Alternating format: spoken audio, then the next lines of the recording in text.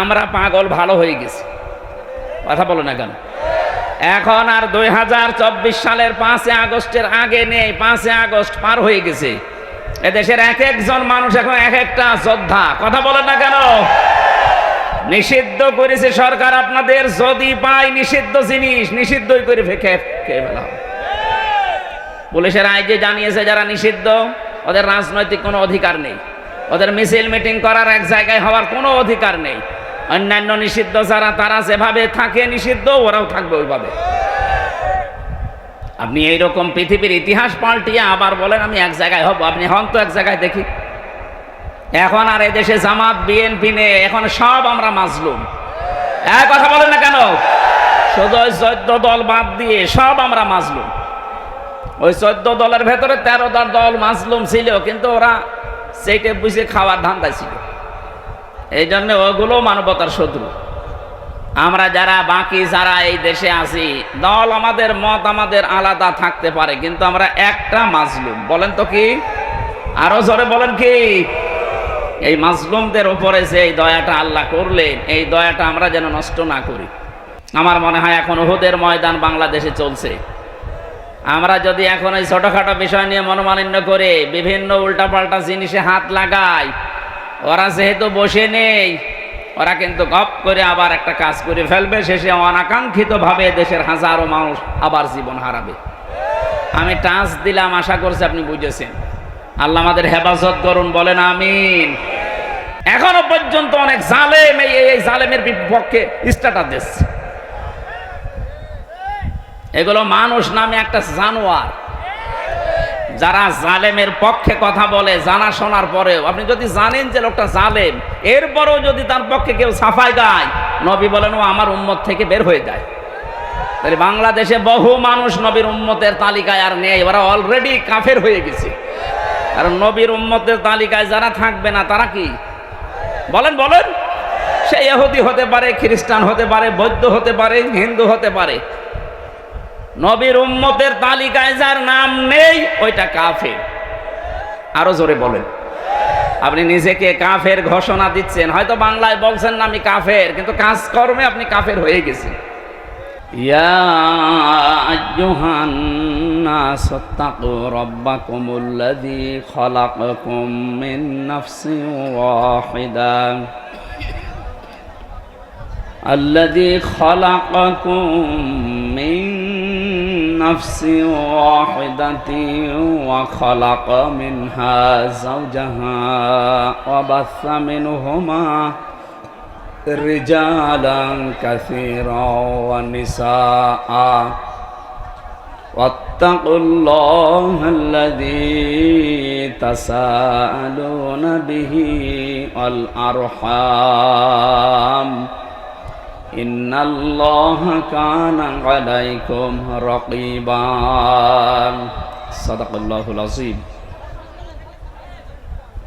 আন খাদিজাতা রাদিয়াল্লাহু তাআলা আনহু قال قال النبي صلى الله عليه وسلم قالت خديجة رضي الله تعالى عنها কাল্লা আল্লাহি মা ইখজিকাল্লাহু আবাদান ইন্নাকা লাতাসিলুর রাহিমা ওয়া তাহমিলুল কাল্লা ওয়া তাকসিবুল মা'দুমা ওয়া তাকরিউদ দাঈফ ওয়া তুঈনু আলা নাওয়াইবিল হক ইলা আখিরিল হাদিস। রাহু ইবনে মাজাহ। وما زادهم إلا إيمانا وتسليما اللهم صل على سيدنا مولانا محمد وعلى آل سيدنا مولانا محمد। الحمد لله। দিনের বেলা একটু গ্যাঞ্জাম হয়, তারপরেও গ্যাঞ্জাম বন্ধ করা লাগবে। কথা বলবেন না। যারা দাঁড়িয়ে আছেন দাঁড়িয়ে থাকেন, বসে আছেন বসে থাকেন, জায়গা পেলে শুয়ে পড়ে, কথা বলবেন না। এটা আমার অনুরোধ। যেখানে ছায়া পান ওই জায়গায় চলে যান, কথা বলবেন না। এই ছেলে, বললাম যে কথা বলবেন না, যা করেন করেন। ইশারা দেবেন, কথা বলবেন না। বাংলাদেশের ঐতিহ্যবাহী জেলা যশোর চৌগাছা থানার অন্তর্গত আড়পাড়া স্কুল ও মাদ্রাসা ময়দানে হাফিজিয়া মাদ্রাসার উদ্যোগে তাফসিরুল কোরআন মাহফিলের স্বনামধন্য সভাপতি জনাব আলহাজ মাওলানা মোহাম্মদুল্লাহ, বিশিষ্ট আলেমে দ্বীন আড়পাড়া, সম্মানিত পরিচালক মাওলানা মাহবুবুর রহমান, সহকারী অধ্যাপক, এতক্ষণ যারা আলোচনা রাখলেন মাওলানা হোসাইন আহমেদ মাহফুজ চুয়াডাঙ্গা, জনাব মাওলানা মঈনুর রহমান, এ মাহফিলের প্রধান অতিথি,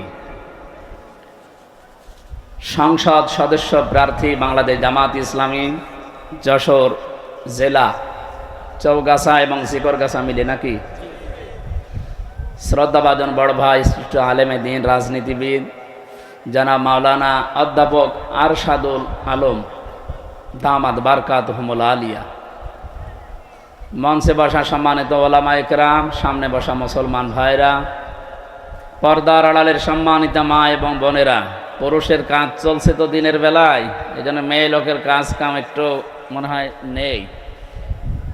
যতক্ষণ আসলাম সে 12 বাজার থেকে এ পর্যন্ত শুধু মেয়ে লোকই, এত মেয়ে লোক এলাকায়। কোরআনের জন্য যারা দল মত জাতি বর্ণ ধর্ম নির্বিশেষে নারী পুরুষ সবাই যারা এসেছি এলাকায়, আমার মনে হয় অনেক হিন্দুও আছে। ওয়াইন আহাদুম মিনাল মুশরিকিন আস্তাজারাকা ফাআসমা হাত্তা ইয়াসমা কালাম আল্লাহ ফাআজিরহু হাত্তা ইয়াসমা কালাম আল্লাহ সুম্মা আবলিগহু মা'মানা। সূরা তাওবার ভেতরে আল্লাহ জানিয়েছেন, হে নবী, মুশরিকরাও যদি আপনার কাছে কোরআন শুনতে আসে, আপনি কোরআনে কারীম নির্দ্বিধায় এবং নিরাপত্তার সাথে শান্ত পরিবেশে তাদেরকে শোনার ব্যবস্থা করে দিবেন এবং শোনা হয়ে গেলে তাদেরকে নিরাপদে বাড়ি পর্যন্ত যাওয়ার ব্যবস্থা করবেন। বলেন তো, একটা অমুসলিম সেও কোরআনে কারীম যদি শুনতে চায়, তাকেও শুনিয়ে দেওয়ার ব্যবস্থা আল্লাহ করতে বললেন। অথচ এ দেশে 96% মুসলমান আমরা, আমাদেরকে কোরআনে কারীম শোনানোর জন্য বিভিন্ন এলাকায় আয়োজন করা হয়, আর সেইটা এই 15.5 বছরে এই জালেমরা বন্ধ করে দিত। সূরা তাওবার এই আয়াত অনুযায়ী ওরা যে জালেম, আর কারো ফতোয়া লাগবে না, আর কারো ফতোয়া লাগবে না। কোরআনে যারা বাধা দেয় এরা জালেম। 3টি জায়গায় যদি কেউ টাকা পয়সা খরচ করে, কিয়ামতে ওই টাকার হিসাব আল্লাহ নেবেন না। 1 নম্বরে, পৃথিবীতে নিজের আহাল পরিবার, মা বাবা স্ত্রী সন্তান, এদের জন্য যদি কেউ টাকা পয়সা খরচ করে বৈধভাবে, অবৈধভাবে না, তাহলে ওই টাকার হিসাব আল্লাহর কাছে কিয়ামতে দেওয়া লাগবে না। 2 নম্বরে, জিহাদের ময়দানে যারা কাজ করছে, এদের জন্য যদি কেউ টাকা পয়সা খরচ করে, আপনি যদি জিহাদে নিজে যেতে না পারেন, যারা জিহাদের ময়দানে আছে তাদের পেছনে আপনি খরচ করবেন। বাংলাদেশে এখন ন্যায় বিচার প্রতিষ্ঠার জন্য সবচাইতে বড় জিহাদ সামনে নির্বাচন। কারণ এই যে নির্বাচন, এই শব্দটা কোরআনে কারীম থেকে নেওয়া। ওয়াজতাবাকুম, আল্লাহ বলেন তোমাদেরকে আমি নির্বাচিত করি। যশোরবাসী, নির্বাচিত করা হয় যে পদ্ধতির মাধ্যমে, ওইটার নাম নির্বাচন। কথা বলেন না কেন? নির্বাচিত হতে হলে নির্বাচন ছাড়া এমনি এমনি হওয়া সম্ভব? যদিও 15.5 বছরে যারা হয়েছিল এমনি এমনি, ওরা নির্বাচন ছাড়া নিজেরা নিজেদেরকে নির্বাচিত করেছিল। এই জন্য আল্লাহর গজব পড়েছে। আল্লাহ বলছেন আমি তোদেরকে নির্বাচিত করব। লক্ষ লক্ষ নবীর উম্মত এই দুনিয়াতে ছিল, সবার ভেতর থেকে আল্লাহ আমাদেরকে নির্বাচিত করেছেন। এ কথাটা ঠিক নেই? 2 নম্বর, এলাকায় হাজার হাজার লক্ষ লক্ষ মানুষ বাস করে। অন্তত এই 2 থানা মিলে শিকরগাছা চৌগাছা 3.5 থেকে 4 লাখ মানুষ আছে শুধু ভোটার। কথা বলে না কেন? আর বাকি তো ছোটখাটো যারা আছে বাদ দিয়ে দিলাম 18 বছরের নিচে। প্রায় 7-8 লক্ষ মানুষ এই এলাকায় বাস করছে। তো সবার কানে এই আওয়াজগুলো কিন্তু পৌঁছিয়েছিল যে তাফসির মাহফিল হবে যশোরের চৌগাছা আড়পাড়া কলেজ এবং এই মাদ্রাসা ময়দানে। সবাই আসতে পারে না, কারণ সবাইকে আল্লাহ নির্বাচিত করেন না। কথা বুঝতেছেন? তাহলে নির্বাচিত ওদেরকে আল্লাহ করেন না, এই জন্য ওই মানুষগুলো আসতে পারে না। ইচ্ছা থাকলেও তারা পারবে না, কারণ নির্বাচিত না, আমরা নির্বাচিত, এই জন্য আমরা এখানে আসতে পেরেছি। এটা বিশ্বাস করেন না আপনি? সূরা হজ ৭৮ নম্বর আয়াতের মাঝে আছে ওয়াজতাবাকুম, আমি নির্বাচিত করি। যেহেতু আল্লাহ উম্মতদেরকে লক্ষ লক্ষ, এই ইকো কমিয়ে দিন, রিভাব দেবেন। যত নবীর উম্মত আল্লাহ পাঠিয়েছেন, বহু নবী আকাঙ্ক্ষা পেশ করেছিল। বিশেষ করে হযরতে মূসা কালিমুল্লাহ বলা হয়, হযরতে ঈসা রূহুল্লাহ বলা হয়। এত বড় বড় পাওয়ারফুল নবী আরজি করার পরেও তারা আমাদের নবীর উম্মত হওয়ার জন্যে নির্বাচিত হতে পারেন না। একজন হয়েছেন হযরতে ঈসা, তিনি নবী হয়ে না উম্মত হয়ে আসবেন। আর আমরা বিনা দরখাস্তে আল্লাহ আমাদেরকে নিজের পক্ষ থেকে নির্বাচিত করে এই নবীর উম্মত বানিয়েছেন, এবং কোরআনে কারীম তার মুখের বাণী এটা শোনার জন্যে, বোঝার জন্য এই ময়দানে নিয়ে এসেছেন। সুতরাং যারা নির্বাচিত হওয়া ছাড়া নিজেদেরকে নির্বাচিত বলে দাবি করতেন, আপনি মিথ্যাবাদী। আজ ৫-৬ দিন দেখছি বিভিন্ন দেশে উনি ছড়িয়ে বেড়াচ্ছে যে আমি নির্বাচিত ছিলাম, আমাকে উৎখাত করা হয়েছে। এটা ডাহা মিথ্যা কথা। এই ১৫.৫ বছরে যে নির্বাচন হয়নি, এটা শয়তানও জানে। এই কথা বলেন না কেন? আপনি যদি ঘোড়াকে এখন ডাক দিয়ে জিজ্ঞাসা করেন যে 15.৫ বছর যারা ছিল ওরা কি নির্বাচিত, ঘোড়াও হাসবে, বলবে একটা কথা বললেন। নির্বাচন ছাড়া যারা 154 জন হয়ে যায়, দিনের ভোট যারা রাতে করে ফেলে, এই মানুষগুলো নির্বাচিত, আপনি এ কথা বলেন কি করে? অথচ এই ডাহা মিথ্যা কথা সারা বিশ্বের বিভিন্ন দেশের মোড়লদেরকে কথা উনি এখন শোনাচ্ছে যে আমি নির্বাচিত ছিলাম। আপনি একটা হাজি মানুষ এরকম মিথ্যা কথা বলতে পারলেন না? ওনার ছেলে মেয়ে যেহেতু হজ করেনি ওই 2 জন, ওনার ছেলে মেয়ে যদি বলতো মেনে নিতাম, কিন্তু একটা হাজি মানুষের মুখে এত বড় মিথ্যা কথা শুনলে সারা বিশ্ব যেহেতু জানে যে দেশে 15 বছর নির্বাচিত হয়নি, তাহলে আপনি আন্দাজে দাবি করলে তাদের কাছে এ দেশের মানুষ মিথ্যাবাদী হয়ে যাবে না? এক কথা বলছেন এখন? সারা দেশের মানুষ না, সারা পৃথিবীতে 257টা রাষ্ট্র আছে এখন। এই 257টা রাষ্ট্রের ভেতরে বাংলাদেশ একটা। তামাম দুনিয়া জানে যে এরকম একটা দেশ আছে যেখানে নির্বাচন ছাড়া নির্বাচিত হয়। এখন হঠাৎ করে যদি আপনি বলেন যে আমি নির্বাচিত ছিলাম, তো তামাম দুনিয়া থেকে তো ঘৃণা আসবে যে এত বড় মিথ্যা কথা ওই দেশের মানুষ বলে। আমি রমজানে ওমরায় ছিলাম, মদিনা থেকে আবু জাহেলের কবর দেখার জন্য যাচ্ছিলাম।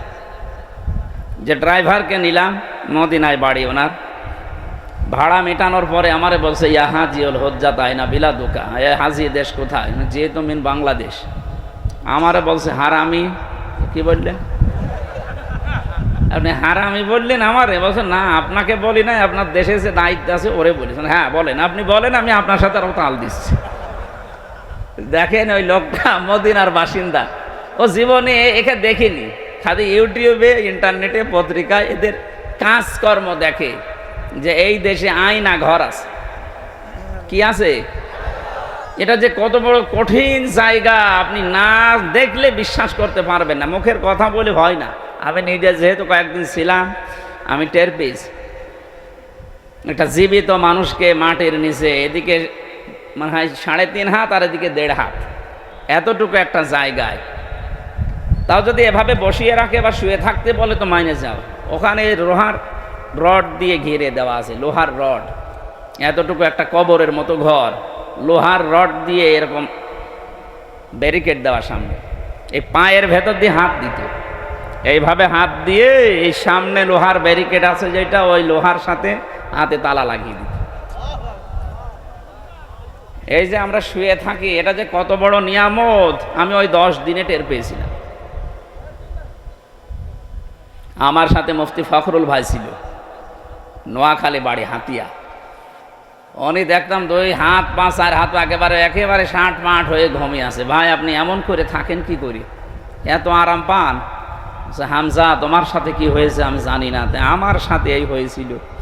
আমার এইভাবে বেঁধে রাখতো, 2 মিনিট 5 মিনিট 10 মিনিট না, বছরের পর বছর 1.5-2 মিনিট সময় দিত পায়খানা করার জন্য, এই শেষ।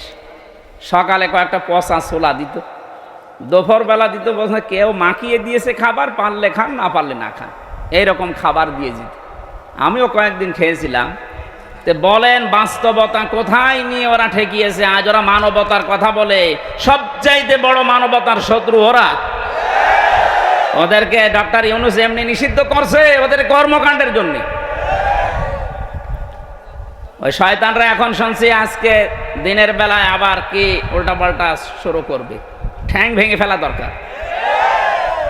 মানবতার সাথে মহা কৌতুক 15.5 বছর ধরে করলেন। ওখানে কারো 3 বছর, 5 বছর, 7 বছর, 8 বছর, 10 বছর, 14 বছরের লোকও আছে। ওদের এক একজনের নখ এত বড় বড়, চুল, এই দাড়ি, চুল, গোপ, মোষ আর সব চুল তো আছে, এত বড় বড় হয়ে গেছে।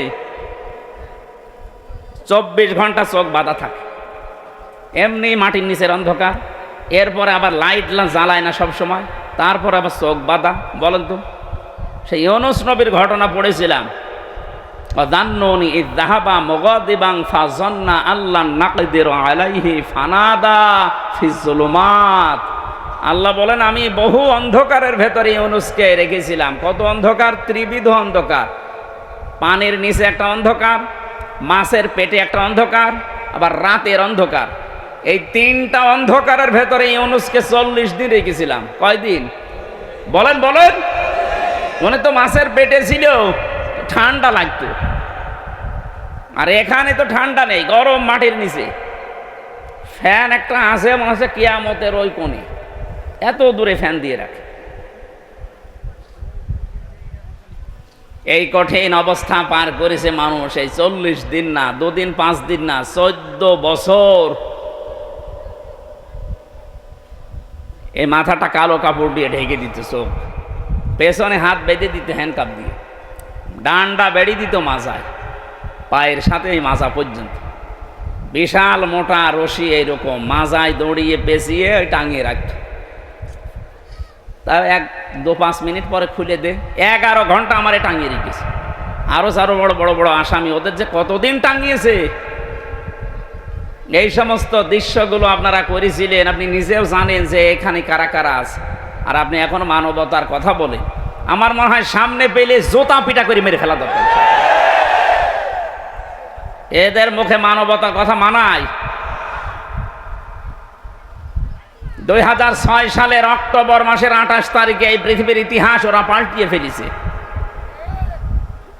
জিন্দা মানুষকে পিটিয়ে মারার পরে লাশের ওপর আবার ড্যান্স দিয়েছে। আমি দুনিয়ায় বহু ইতিহাস পড়েছি, কিন্তু মানুষ মানুষকে হত্যা করে ড্যান্স দেয় আমি পাইনি, এমনকি কুকুরের জীবনেতেও পাইনি। অথচ মানুষের এই ঘটনা আমাদের বাংলাদেশে ঘটিয়ে ফেললো ওরা। একবার আসছিলাম সিরাজগঞ্জ থেকে, তখন বাসে আসতাম 7 সালে, ওটা 6 সালে, আমি 7 সালে ম্যাট্রিক পরীক্ষা দিয়ে ওই সময় আসার সময় এক বাসে বসে আছি। ড্রাইভার সাহেব রাস্তার মাঝে একটা কুকুর পড়ে আছে, ওর উপর দিয়ে না চালিয়ে বাম দিয়ে দিল, গাড়ি ঝাঁকি দিয়েছে। ডাক দিয়ে বললাম আপনি এরকম করলেন, এখনই তো উল্টিয়ে যেতাম। আমার বলছে দেখছেন না একটা মরা কুকুর পড়ে আছে। মানে তো মরা কুকুর, ওকে মারলেই কি আর না মারলেই কি। ড্রাইভার আমার দিকে ঘুরে বলছে হুজুর আপনি কি আসলেই হুজুর নাকি বেশ ধরেছেন? কেন? আপনি কেমন হুজুর? আপনি দেখেন যে একটা মরা কুকুর পড়ে আছে, আমি ডবল করে গাড়ির চাকা চালিয়ে দেব, আমার বিবেক নেই। আপনার নাম কি? সুব্রত। কি মুসলমানের নাম? বলেন বলেন। হিন্দু মানুষ। ওনার পেটে থাবা দিয়ে বললাম ভাই আপনি জাতিতে হিন্দু, আপনার ঈমান নেই, কিন্তু আপনার বিবেক আছে। আপনার এই বিবেক থাকার কারণে মরা জিনিস যদিও নিকৃষ্ট কুকুর, তারপরও আপনি ডবল করে আর মারতে পারলেন, আপনার বিবেক বাধা দিল। অথচ গত বছর এই 6 সালে অক্টোবরের 28 তারিখে মানুষ হত্যা করার পরে অনেকে ড্যান্স দিল, যার কথা মতো সারা দেশ থেকে লোকে বইটা নিয়ে গেল, তার বিচার হওয়া দরকার না? সেই তো হুকুমের আসামি, কারণ তার হুকুম ছাড়া তো সারা দেশ থেকে এই লোকে বইটা নিয়ে যেত না। এই কথা বলে না কেন? সেই 6 সাল থেকে এই 20-24 সাল এখনো ষড়যন্ত্র থেমে নেই। এখনো বাইরে বসে বসে উনি আদেশ দিচ্ছে সারা দেশ থেকে আসো, এক জায়গায় জড়ো হও। আমরা পাগল ভালো হয়ে গেছি। কথা বলো না কেন? এখন আর 2024 সালের 5 আগস্টের আগে নেই, 5 আগস্ট পার হয়ে গেছে। এদেশের এক একজন মানুষ এখন এক একটা যোদ্ধা। কথা বলেন না কেন? নিষিদ্ধ করেছে সরকার আপনাদের, যদি পাই নিষিদ্ধ জিনিস নিষিদ্ধই করে খেয়ে ফেলা হবে। পুলিশের আইজি জানিয়েছে যারা নিষিদ্ধ ওদের রাজনৈতিক কোনো অধিকার নেই, ওদের মিছিল মিটিং করার এক জায়গায় হওয়ার কোনো অধিকার নেই। অন্যান্য নিষিদ্ধ যারা তারা যেভাবে থাকে নিষিদ্ধ ওরাও থাকবে ওইভাবে। আপনি এইরকম পৃথিবীর ইতিহাস পাল্টিয়ে আবার বলেন আমি এক জায়গায় হব, আপনি হন তো এক জায়গায় দেখি। এখন আর এদেশে জামাত বিএনপি নেই, এখন সব আমরা মাজলুম। এক কথা বলেন না কেন? শুধু ওই 14 দল বাদ দিয়ে সব আমরা মাজলুম। ওই 14 দলের ভেতরে 13টা দল মাজলুম ছিল, কিন্তু ওরা সেইটা বুঝে খাওয়ার ধান্দায় ছিল। এই জন্য ওগুলো মানবতার শত্রু। আমরা যারা বাকি যারা এই দেশে আছি, দল আমাদের মত আমাদের আলাদা থাকতে পারে, কিন্তু আমরা একটা মাজলুম। বলেন তো কি? আরো জোরে বলেন কি? এই মাজলুমদের উপরে যে এই দয়াটা আল্লাহ করলেন, এই দয়াটা আমরা যেন নষ্ট না করি। উহুদের ময়দানে আল্লাহ দয়া করে মুসলমানদের বিজয় দিয়েছিলেন, কিন্তু তারা বিজয়টা হারিয়ে ফেলেছিল। কথা বলেন না কেন? গনিমতের মাল কোড়াতে গিয়ে শেষ পর্যন্ত আসল জিনিস হারিয়েছে। কতগুলো মানুষ অতর্কিতভাবে জীবন হারিয়ে ফেলল। আমার মনে হয় এখন উহুদের ময়দান বাংলাদেশে চলছে।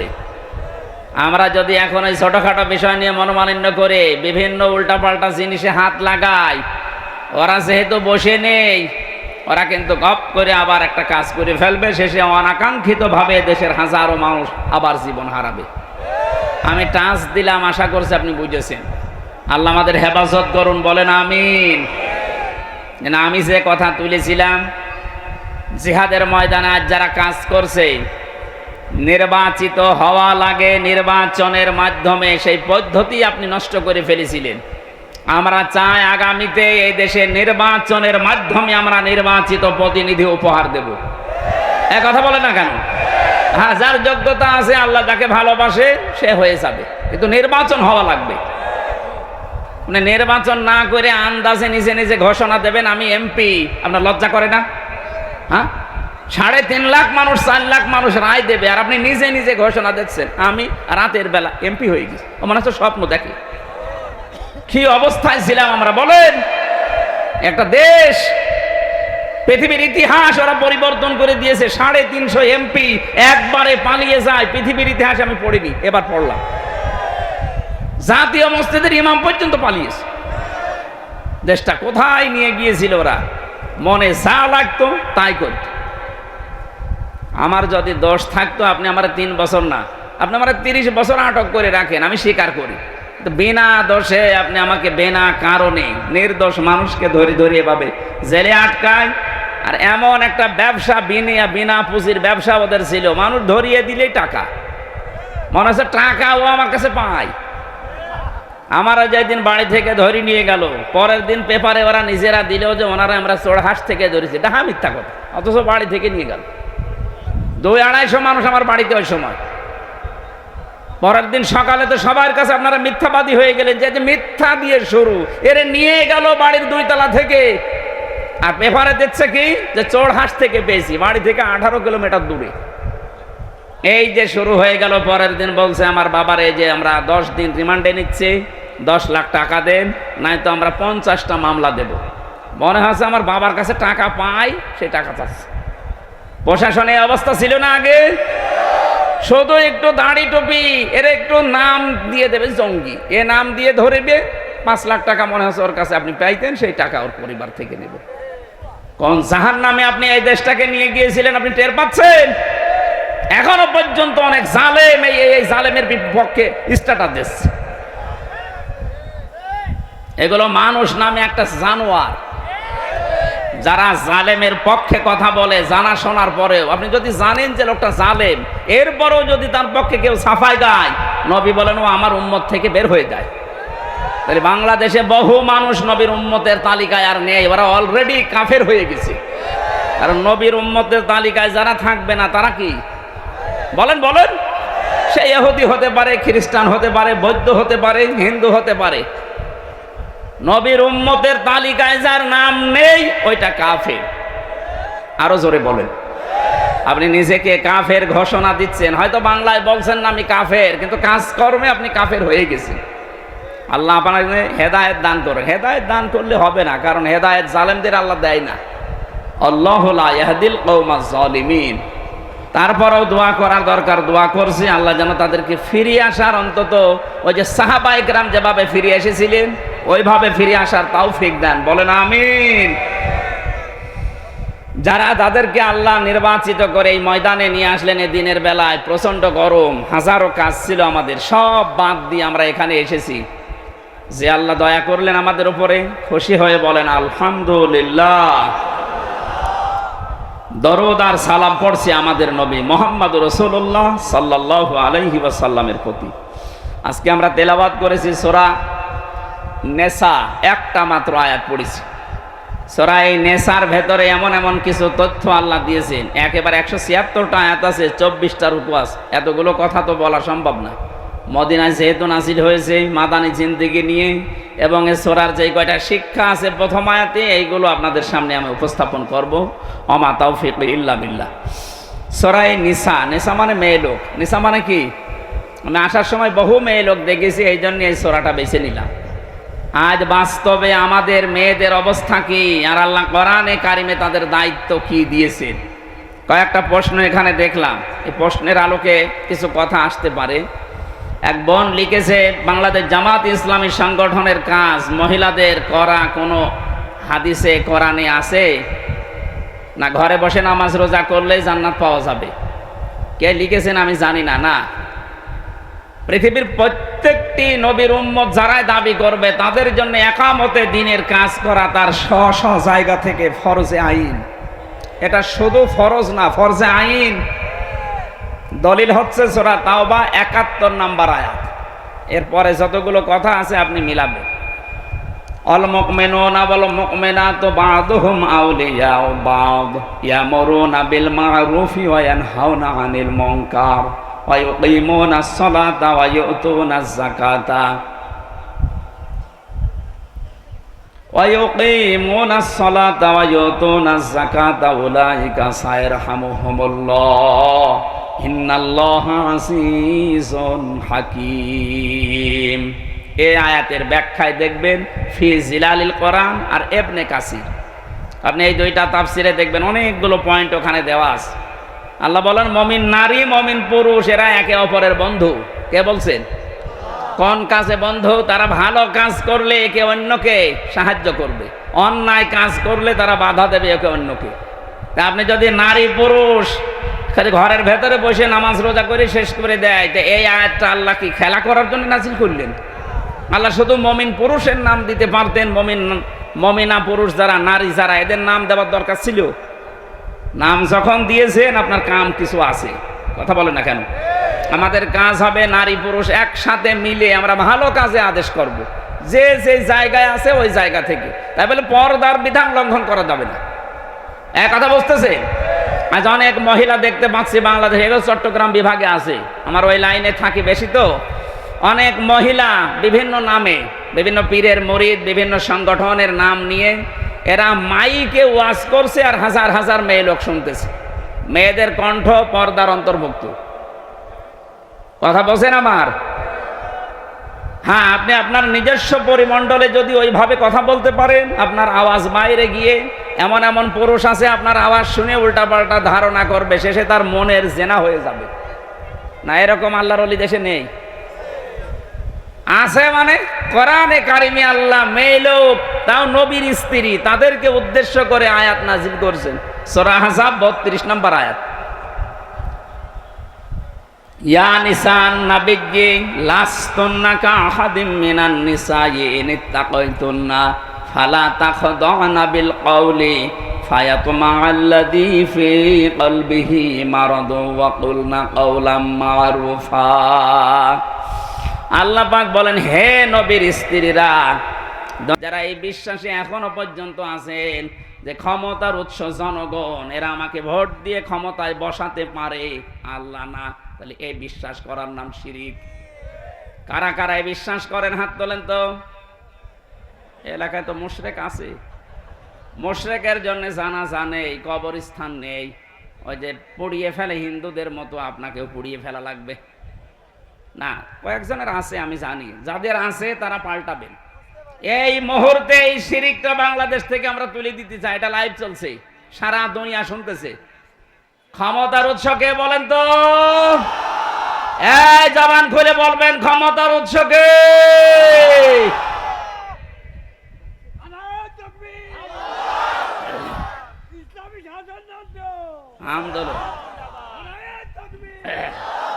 আলহামদুলিল্লাহ ভাই, আপনারা যেটা বুঝেছেন। এই এই বসেন বসেন বসেন, এমনি সময় নেই ভাই। এই বসেন বসেন বসেন, কোন পাগলের খাড়া করে দিলেন? আরে জামা ধরে বসা না, ওই আবেগ চলে এসেছি তো। ভালো আলহামদুলিল্লাহ। আপনি কথা বুঝতেছেন তো নাকি আন্দাজে বসে আছেন? এই যে বিশ্বাসটা যাদের আছে, এসেছে দলের লোক হোক, ওই বিশ্বাস ওখান থেকে পাল্টাবেন। ক্ষমতায় আমাকে জনগণ দিতে পারে না, দিতে পারে কে? যদি ওই বিশ্বাস করেন কোরআনের অনেকগুলো আয়াত আপনি মানেন না, কুলিল্লাহুম্মা মালিকাল মুলকি তুতিল মুলকা মান তাশা, এটাও আপনি মানেন না। এজন্য আজকে থেকে বিশ্বাস পাল্টিয়ে বাড়ি যাবেন নাকি? যদি এই বিশ্বাস পাল্টিয়ে শিরিক মুক্ত জীবন এই দেশে আমরা গঠন করতে পারি, আল্লাহ বলেন উলাইকা লাহুমুল আমনু। এই যে এইভাবে এই আঙ্গুল আল্লাহ এই যশোর চৌগাছা আড়পাড়ার দিকে এভাবে দেখিয়েছে, এই যে এই মানুষগুলোকে আমি আল্লাহ নিরাপত্তা দেব। সুবহানাল্লাহ বলতে পারেন না? কাবার চত্বরে নিরাপত্তা দেবেন কে? এটা তো আর কাবার চত্বর না, এটা তো বাংলাদেশ। এখানে নিরাপত্তা পেতে হলে অবশ্যই শিরিক মুক্ত জীবন তৈরি করা লাগবে। 15.5 বছরে অনেকে জাতিকে শিরিক যুক্ত করার জন্য চেষ্টা চালাচ্ছিল, আল্লাহ আমাদেরকে বাঁচিয়েছেন। মানে আমরা যদি এখন না বেঁচে আবার শিরিক আরম্ভ করি, নিরাপত্তা থাকবে দেশে? 4 নম্বরে বিশ্ব নবী বলেন, আমি সবচাইতে বেশি খুশি হয়েছি আল্লাহর কোরআনের সূরা নিসার আয়াতটা পেয়ে, ওয়ালাউ আন্নাহুম ইয়াযলামু আনফুসাহুম জাউকা ফাস্তাগফিরুল্লাহা ওয়াস্তাগফার লাহুমুর রাসূল লাওয়াজাদুল্লাহা তাওয়াবার রহিমা। যশোরবাসী, আল্লাহ বলেন কোন মানুষ যখন নিজের উপরে জুলুম করে, তখন এই মানুষটা নিজে নিজেকেই ফিরিয়ে নিয়ে আসে, অথবা আপনার কাছে হে রাসূল তারা এসে তাদের গুনার এই শিরকের এই জুলুমের কথা স্বীকার করে, বলে হে নবী আপনি আমার জন্য ক্ষমা চান। এখন যেহেতু নবী নেই, এই 15.5 বছরে যারা জুলুম করেছেন নিজের উপরে, নফসের উপরে, মানুষের উপরে, জনগণের উপরে, এই জুলুম করার পরে আপনি ফিরে আসবেন নিজে নিজে অনুশোচনা নিয়ে, অনুতপ্ত হয়ে। শুধু এতটুকু আল্লাহ বলেননি, ফাস্তাগফিরুল্লাহা ওয়াস্তাগফার লাহুমুর রাসূল, তারা নিজেরা তো নিজে ক্ষমা চাইবে, হে নবী আপনার কাছেও তারা আসবে যে আপনিও আমাদের জন্য ক্ষমা চান। নবীজি এখন নেই, নবীর নায়েব আছে, উত্তরাধিকারী নায়েবে রাসূল। কথা বলেন না কেন? এই পৃথিবীতে যারা জ্ঞান পেয়েছে, এলেম পেয়েছে, যারা আলেম, এরা নবীর নায়েব, স্থলাভিষিক্ত। এদের কাছে যে আপনি শোধরাবেন যে কি করে এই গুনাহ মাফ করা যায়, মুক্ত হওয়া যায়, আপনি আমার কাছে আসেন, আমি আপনাকে বলে দেব যে এইভাবে গুনাহ মাফ চাইতে হবে। আপনি আল্লাহর কাছে দোষ করেছেন, আস্তাগফিরুল্লাহ পড়েন, মাফ হয়ে যাবে। কিন্তু হামজার কাছে যদি দোষ করে থাকেন, আস্তাগফিরুল্লাহ হবে না, ওটা হামজার কাছে বলা লাগবে। সুতরাং 15.5 বছরে যাদের দ্বারা মানুষের ব্যবসা বন্ধ হয়ে গেছে, যারা চাঁদাবাজি করেছেন, যারা গুম খুনের সাথে জড়িত, যারা মিথ্যা মামলা দিয়ে, মিথ্যা সাক্ষী দিয়ে মানুষের জীবন নষ্ট করে দিয়েছেন, যারা আয়না ঘরের সাথে জড়িত, তারা আস্তাগফিরুল্লাহ কাজ হবে না।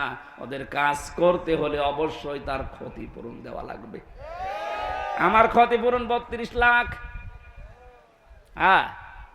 আমার এই 3টা বছর থেকে শুরু করে আমাকে ধরার পরে আপনি 10 লাখ টাকা নিয়েছিলেন মিথ্যা আশ্বাস দিয়ে যে আমরা 50টা মামলা দেব যদি 10 লাখ টাকা দেন। আর দেব না, টাকাও নিয়েছেন, মামলাও দিয়েছেন, তাহলে ডবল জুলুম। এমনি মিথ্যা মামলা, এর উপর আবার টাকা নিলেন, এর উপর কথা ঠিক রাখলেন না, পুরা জুলুমের উপরে। 3 বছর আপনি আমার ফাঁসির কন্ডেম সেলে তালাবদ্ধ করে যোগাযোগ বিচ্ছিন্ন করে রেখে দিলেন। আমি তো নিজেও জানি না আমার ছেলে মেয়ে, আমার বউ বেঁচে আছে কিনা আমি জানি না। ওই কারারক্ষীদের মাঝখানে খবর নিতাম, ও একদিন খবর দিলে 14 দিন পরে ডিউটি, তখন বলতো যে হ্যাঁ ওরা বেশি আছে। আপনি আমার মোবাইলেও কথা বলতে দিতেন না সরকারিটাই, সবাই থাকবে একভাবে আর আমি আর মাওলানা মামুনুল হক থাকবো আর একভাবে। কেন, আমি কি করেছিলাম? কোরআনের কথাগুলোই তো ব্যাখ্যা করে করে বলতাম, তাছাড়া আমার কোনো দোষ আপনি পেয়েছেন? কয়েকদিন আগে মামলা খারিজ হয়ে গেছে, আদালত বলছে না এর কোনো সম্পৃক্ততা নেই, একেবারে নির্দোষ, এর কোনো দোষ এ মামলার সাথে আমরা পাইনি। তাহলে মানে নির্দোষে দেশের বিচার ব্যবস্থা থেকেই পেয়েছি। এরপরও এই কষ্টটা আপনি কেন দিলেন আমাকে? যদি আপনার বড় কোনো ক্ষতি করতাম, বলে যে শিরিকের বিরুদ্ধে কথা বলে, আরে শিরিকের বিরুদ্ধে আমি বলবো কেন? আল্লাহ বলাচ্ছে আমারে। এই কথা বলে না কেন? শিরিকের বিরুদ্ধে কথা আমি বলি না, আল্লাহ বলাই। ওনার ওই অ্যাডভার্টাইজ যদি আমি না করি তো আমি কিসের বান্দা, কিসের আলেম হলাম আমি? শিরিকের পক্ষে যারা, মূর্তির পক্ষে যারা কথা বলতো তাদেরকে বড় বড় জায়গায় ইমামতি দিয়ে দিত। মডেল মসজিদের ইমাম তুই, জাতীয় মসজিদের ইমাম তুই, এরকম বহু ঘোষণা আমিও পেয়েছিলাম। রিমান্ডে প্রথম যে 7 দিন, 3 দিনের দিনে আমাকে বলেছিল যা যা বলতে বলি এটা যদি বলতে পারেন আপনি কি চান, আকিস গ্রুপে চাকরি করেন, আরো বড় জায়গায় লাগিয়ে দেব। ওই সময় যদি ওদের কথা মতো লিখে দিতাম যে ঠিক আছে বাবা, শ্বাস হালাল সব হালাল, 3 বছর না 3 দিনও আমার জেলখানায় থাকা লাগতো না। বলেন তো সত্যি করে আমি কি করেছিলাম আপনার কোনো ক্ষতি? আপনি কেন বারবার আমার ফাইল আটকিয়ে রাখতেন? লাল কালি দিয়ে বলেছে এইটা এইটা এইটা হবে না, যতই আদালতে তুলে আমি করব কি? বাড়িতে মাঝে মাঝে কারারক্ষীদের মাঝে খবর নিতাম যে ভাই বলবেন যে আমার মামলা তুলতে, বললাম না, একদিন পরে 14 দিন পরে একবার খবর আসে, ওরা বলতো কি বলবো? বারবার তো বলি আপনার মামলা তো তোলে, কিন্তু দেয় না, আল্লাহর ওলির সই লাগবে। এত বড় অত্যাচার জুলুম আপনি নীরবে আমার উপর করতে পারলেন। একটা দুর্বল মানুষ, আমার শরীরই চলে না। আমি কি আপনার মেয়ের দিকে তাকিয়েছি কোনোদিন? আর আপনার যে মেয়ে, ও কি তাকানোর মতো? আমি আমার মতো 10টা মানুষ তো কিছুই হবে না। এক কথা বলছেন না কেন? হ্যাঁ, এইরকম মেয়ের দিকে আমি তাকাবো কি করে? আমার যেটা আল্লাহ দিয়েছে ওইটাই তাকিয়ে শেষ করতে পারছি না। কিছুই পাননি দোষ, অথচ বিনা কারণে আমার জীবন থেকে এই 32 লক্ষ টাকা প্রায় আমার বাবা, আমার চাচা এদের কাছ থেকে নিলেন। আমারও এভাবে কষ্ট দিয়ে 3টা বছর নষ্ট করলেন। কত মাহফিল নেওয়া ছিল সবগুলো ধ্বংস করে দিলেন। আর আপনি এখন আস্তাগফিরুল্লাহ পড়বেন, আল্লাহ মাফ করে দেবে। আল্লাহ কি ওই রকম নাকি? হ্যাঁ, আল্লাহর কাছে দোষ করেছেন, ওইটা আল্লাহর ব্যাপার। আপনি নামাজ পড়েননি, মাফ চান, উনি মাফ করে দেবে। রোজা রাখেননি, যদি বলেন আমার ভুল হয়ে গেছে, উনি মাফ করে দিলেও দিতে পারে, আবার শাস্তি দিলেও দিতে পারে। কিন্তু বান্দার কাছে যদি কোনো অপরাধ করে থাকেন, ওই অপরাধের শাস্তি নেওয়ার জন্য তার কাছে স্বীকার করা লাগবে আর তার ক্ষতিপূরণ দেওয়া লাগবে, নয়তো আপনার মাপ নেই। কোন মানুষ যখন মানুষ হত্যার সাথে জড়িত হয়ে পড়ে, অমাইয়াকুতুল মুমিনাম মুতাআম্মিদান ফাজাযাউহু জাহান্নাম খালিদান ফিহা ওয়া গাদিবাল্লাহু আলাইহি ওয়া লা'আনাহু ওয়া আ'আদ্দা লাহু আযাবান আযীমা। সূরা নিসার 93 নম্বর আয়াতে আছে, কোন মানুষ যদি কোনো মুমিনকে হত্যা করে ফেলে তার শাস্তি 4টা। কয়টা? আরো জোরে বলেন। 1 নম্বরে তার পুরস্কার হিসাবে আল্লাহ তাকে জাহান্নামে দেবেন। 2 নম্বরে সে চিরকাল থাকবে। 3 নম্বরে আল্লাহ নিজে রেগে থাকবেন। 4 নম্বরে তার উপরে লানত দেবেন। 3732 জন মানুষ আপনি 5 তারিখের আগ পর্যন্ত মেরেছেন, আপনি নিজে মেরেছেন, আপনার হুকুমে মারা হয়েছে। কথা বলেন না কেন? তাহলে এদের সাথে যারাই জড়িত এই হত্যার সাথে, অধিকাংশই তো মুমিন মুসলমান নরনারী ছিল। এই কথা বলেন না কেন? রংপুরের শহীদ আবু সাইদ, নাম শুনে বোঝা যাচ্ছে না? নবীর সাহাবীর নাম সাইদ। যতগুলো মানুষের নাম আমি পেয়েছি, ইয়ামিন ভাই, বনিয়ামিন, ফয়সাল, এই সমস্ত নামগুলো সব মুসলিম। এদের আর কিছু না থাকে ঈমান আছে। যে মুসলমান হত্যা করলে প্রথম শাস্তি তাকে জাহান্নামে আল্লাহ দেবে। সুতরাং এই মানুষগুলোর সাথে যারা জড়িত ছিলেন, আপনি বিশ্বাস করে নিতে পারেন যে আপনি জাহান্নামী। 2 নম্বরে আপনি কয়েকদিন পরে বের হয়ে আসবেন না, সে সুযোগ নেই। অনেকে মনে করে আমি যাব, কয়েকদিন নাই থাকলাম, একটু গোতা কাতা খালাম, এরপরে বের হয়ে সুন্দর করে গোসল করবো হাউজে কাউসার থেকে, আগে হামজা ছিলাম ডবল হামজা হয়ে যাব।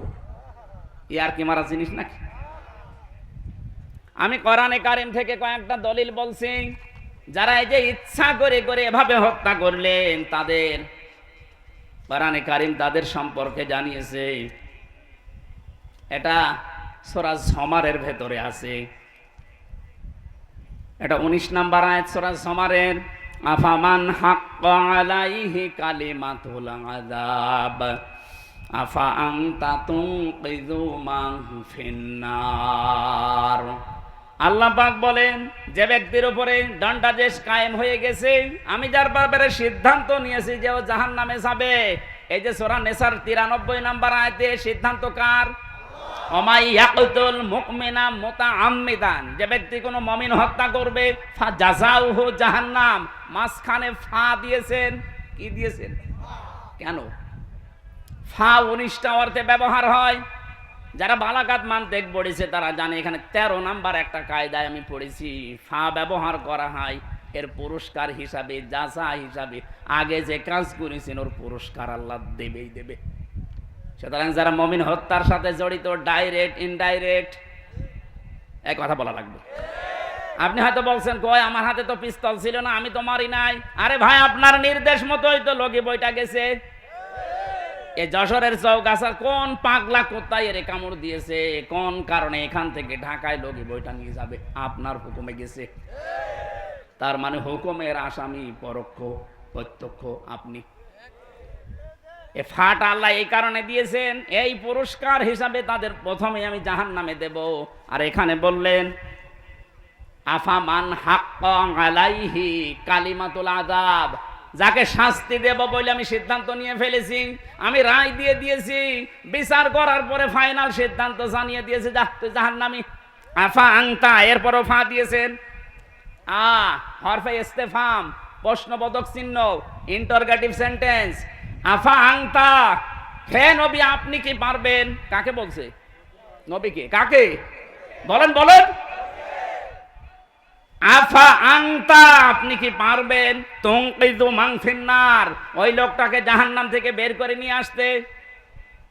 আপনি যে ধান্দায় আছেন আমি নবীর উম্মত, আপনি তো উম্মতই নেই।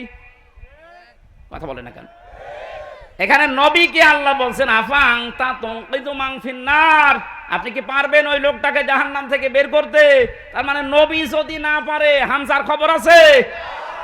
ও মনে করছে না বাইতুল মুকাররম আমার মন মতো ইমাম আছে, ও দোয়া করবে। একজন দোয়াও করেছিল, আল্লাহ বঙ্গবন্ধুকে যারা মেরেছে তাদের সবাইকে তুমি জান্নাত দিও। দোয়া করাটা উল্টে গেছে। এটা তো একটা গেল, এরকম 27টা আয়াত আছে কোরআনে কারিমে। জাহান্নামে আল্লাহ যাদেরকে দেবে খেলাচোরা করার জন্য না, 2 দিন পরে পরে আপনাকে বের করে করে আবার সুন্দর করে হাউজে কাউসার দিয়ে গোসল করে দিয়ে দেবে। তাহলে তো দুনিয়ায় কেউ গোনায় ছাড়বে না। ও মনে করবে যা করি করি, নাই 10 বছর থাকলাম, 10 বছর পরে যখন বের হব একেবারে কালো হয়ে যাবো হাড়ির তলার মতো। তো একবার গোসল করলে তো আবার আগের হামজা আবার 100 গুণ চেহারা ফিরে যাবে, আমার আর কোনো অসুবিধা নেই। ও জীবনে কোনোদিন গোনা ছাড়বে? বলেন বলেন। এই যে যারা ইচ্ছা করে করে মানুষগুলো মারলেন, একটা কবিরা গুনাহ। নবীজি এমনি তো খুশি হয়নি যে যারা বড় বড় কবিরা গুনাহ থেকে বেঁচে থাকতে পারবে তাদের ছোট গুনাহ আল্লাহ মাফ করে দেবে। অনুদখিলকুম মুদখালান কারিমা, একটা সম্মানজনক জায়গায় আল্লাহ তাদেরকে পৌঁছিয়ে দেবে, তার নাম জান্নাত। তার নাম কি? আমার আলোচনার বিষয় ছিল এই জায়গায় যে নিজে অপরাধ করেছেন যার কাছে, আপনি ক্ষমা চাবেন তার কাছে। সে যদি বলে আমার ক্ষতিপূরণ দেন, তার ক্ষতিপূরণ দেবেন, এরপরে পড়বেন আস্তাগফিরুল্লাহ। কথা বুঝেছেন না না বুঝার ভান করে আছেন? বলেন বলেন। এই বাংলাদেশে এই তাওবাটা যদি শুরু হয়ে যায়, আমি যেমন আমার টাকা ফেরত পাবো, আমার মতো হাজারো মানুষ তাদের ব্যবসা ফেরত পাবে। কত মানুষের কাছ থেকে মিথ্যা মামলা দিয়ে, মিথ্যা সাক্ষী দিয়ে, শুধু মনে আছে পাওনা টাকা চাইতে চায়, আরো দিয়ে দেয়। এরপরের আয়াত ছিল, নবীজি বলেন 5 নাম্বার আয়াত, আমি যেটা সব চাইতে বেশি খুশি হয়েছি জানো, অমাইয়া আমাল সুআন আও ইয়াজলিম নাফসাহু সুম্মা ইস্তাগফিরিল্লাহ ইয়াজিদিল্লাহ গফুরুর রহিমা। বলেন আল্লাহু আকবার। এটা সূরা নিসা 110 নাম্বার আয়াতে আছে, যে কেহ দুষ্কর্ম করে অথবা সে জীবনের উপর অত্যাচার করে অথবা আল্লাহর নিকটে সে ক্ষমা প্রার্থী হয়, সে আল্লাহকে ক্ষমাশীল এবং করুণাময় দেখতে পাবে। জোরে বলেন সুবহানাল্লাহ। এই 5টা আয়াতের ভেতরে লক্ষ লক্ষ কথা লুকিয়ে আছে তাফসীরে ইবনে কাসিরে। নবীজি আনাচ্ছেন, আমি যা খুশি হয়েছি 5টা আয়াত পেয়ে, তামাম দুনিয়া আল্লাহ আমাকে দিয়ে দিলেও এত খুশি আমি হতাম না। সেই সূরার প্রথম আয়াত পড়েছি। মেয়েদের আলোচনা আজকে আয়াতের ভেতরে আছে। আমার কি সময় বেশি হয়ে গেল? শেষ করে দেব? মেয়ে লোক বহু দেখলাম, এই জন্য ওদের সম্পর্কে আজকে আয়াত পড়েছি। নেশা মানে মেয়ে লোক। নেশা মানে কি? আল্লাহ রাব্বুল আলামিন ইরশাদ করছেন, ইয়া আইয়ুহান নাস, হে মানব মণ্ডলী, ইত্তাকুল, ভয় করো, রব্বাকুম, তোমাদের রবকে, আল্লাযী খালাকাকুম মিন নাফসিন ওয়াহিদা, যিনি তোমাদেরকে বানিয়েছেন একটা মাত্র মানুষ থেকে, খালাকা মিনহা যাওজাহা, তার নিজের কাছ থেকে তার স্ত্রীকে আল্লাহ বানিয়েছেন, তার পাঁজরে বাম পাঁজরের একটা হাড় দিয়ে, বাসসা মিনহুমা রিজালান কাসীরা ওয়া নিসা, সেখান থেকে তিনি ছড়িয়ে দিয়েছেন বহু পুরুষ এবং বহু নারীদেরকে। আত্তাকুল্লাহ, আল্লাহকে ভয় করো, আল্লাযী তাসালুনা বিহি ওয়াল আরহাম, যার নাম নিয়ে তোমরা একে অন্যকে বিয়ে শাদী করো, কিছু চাও তার কাছে যার নাম নিয়ে। ইন্নাল্লাহা কানা আলাইকুম রাকিবা, অবশ্যই আল্লাহ তোমাদের জন্য তত্ত্বাবধায়ক। কি বলছেন? তত্ত্বাবধায়ক। এই যে তত্ত্বাবধায়ক, সরকারের জন্য এখন অনেকেই আহ্বান জানাচ্ছে অন্তর্বর্তীকালীন সরকারের কাছে। এই শব্দটা কোরআনে কারিমে আছে, রাকিব।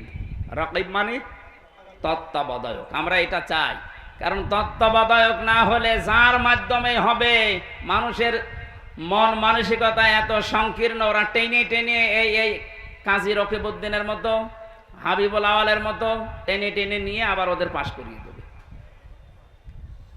আল্লাহ যেহেতু নিজে তত্ত্বাবধায়ক, এবার আয়াতের মাঝখান থেকে যে 7টা শিক্ষা আমরা বের করতে পারি, মেয়েদের জন্য 4টা, পুরুষদের জন্য 3টা। আমার মনে হয় আপনারা বিরক্ত হয়ে যাচ্ছেন নাকি? যারা চলে যাচ্ছে এরা কারা? সকালে এসেছে, বসাব পায়খানার জন্য গেলে যাবেন, আর বিড়ি খাওয়ার জন্য হলে যাবেন, কারণ যশোরে তো বিড়ি বানানো হয়, ওটা না খেলে এই দেশ চলবে কি করে? আল্লাহ ডাক দিয়েছেন এখানে শুধু ইমানদারকে না, ইয়া আইয়ুহান নাস, হে মানব মণ্ডলী। আমরা মানুষের ভেতরে আছি না জানোয়ার হয়ে গেছি? মানুষ নেই আমরা? নারী পুরুষ যারাই আমরা এখানে এসেছি, সবাইকে আল্লাহ উদ্দেশ্য করছেন, ইয়া আইয়ুহান নাস। শুধু মুসলমান ইমানদারকে আল্লাহ ডাক দেননি, হিন্দু খ্রিস্টান বৌদ্ধ এলাকায় যারা আছে, মানুষ পদবাচ্যে যারা বিবেচিত, সবাই আয়াতের মুখাতেব। আল্লাহ সবাইকে ডাক দিয়ে বলেছেন, আমাকে ভয় করো, ইত্তাকু। এই শব্দটা কি?